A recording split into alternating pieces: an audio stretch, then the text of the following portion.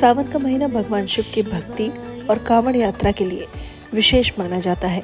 लाखों शिव भक्त पवित्र नदियों से जल लाकर शिवलिंग पर जलाभिषेक करते हैं, लेकिन बहुत से लोगों को ये नहीं पता होता कि कांवड़ यात्रा पूरी होने और जल चढ़ाने के बाद भी कुछ नियमों का पालन करना जरूरी माना जाता है।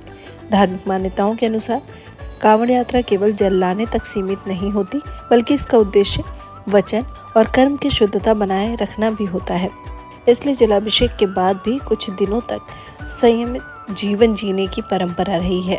चलिए बताते हैं आपको इस वीडियो में कि कांवड़ से लौटने के बाद क्या नहीं करना चाहिए और किन बातों का ध्यान रखना चाहिए। कांवड़ यात्रा के दौरान भक्त सात्विक जीवन अपनाते हैं। यही नहीं, जल चढ़ाने के बाद भी सावन महीने तक इसे जारी रखना चाहिए। मांस, मंदिरा, मछली, अंडे का सेवन नहीं करना चाहिए। शराब, तंबाकू, बीड़ी, सिगरेट या नशे वाली चीज़ों से दूरी बना के रखें। वहीं कई भक्त कांवड़ यात्रा तक लहसुन प्याज का सेवन नहीं करते, क्योंकि इसे तामसिक भोजन माना जाता है। लेकिन कांवड़ यात्रा के बाद भी पूरे सावन महीने तक लहसुन प्याज का सेवन नहीं करना चाहिए। वहीं धार्मिक मान्यताओं के अनुसार कांवड़ यात्रा के दौरान ब्रह्मचर्य का विशेष महत्व बताया गया है। कई श्रद्धालु जलाभिषेक के बाद भी कुछ दिनों तक या पूरे सावन इस नियम का पालन करते हैं और इसका पालन करना चाहिए।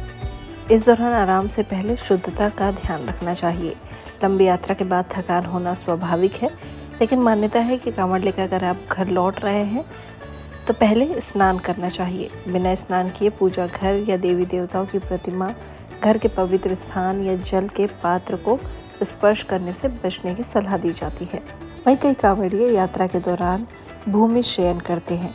यही कारण है कि जल चढ़ाने के बाद भी कुछ भक्त तुरंत गद्देदार बिस्तर पर नहीं सोते। कुछ दिनों तक आपको चटाई पर या फिर नीचे बिस्तर बिछाकर ही सोना चाहिए। वहीं कांवड़ यात्रा के बाद कुछ समय तक चमड़े से बनी वस्तुओं का उपयोग करने से बचना चाहिए, जैसे चमड़े के जूते, बेल्ट, पर्स आदि। अगर ये चीज़ें आपके पास लेदर की हैं तो इसे ना रखें। वहीं कांवड़ यात्रा कठिन ज़रूर होती है, लेकिन धार्मिक मान्यता है कि इसका श्रेय स्वयं को नहीं बल्कि भगवान शिव की कृपा को देना चाहिए। मैंने इतनी कठिन यात्रा पूरी की, जैसे अहंकार की भावना से बचना ही सच्ची भक्ति का प्रतीक माना जाता है। वहीं अक्सर कांवड़ यात्रा से लौटने के बाद लोगों के मन में ये सवाल आता है, क्या इन सभी नियमों का पालन हर शिव भक्त के लिए अनिवार्य है? तो ऐसा ज़रूरी नहीं है, आप इसे कुछ दिनों तक कर सकते हैं, लेकिन सात्विक भोजन पूरे सावन करें और लहसुन प्याज का सेवन भी पूरे सावन तक ना करें। उम्मीद करती हूँ आपको जानकारी पसंद आई होगी। फिलहाल हमारे इस वीडियो में इतना ही। वीडियो को लाइक, शेयर और चैनल को सब्सक्राइब करना ना भूलें।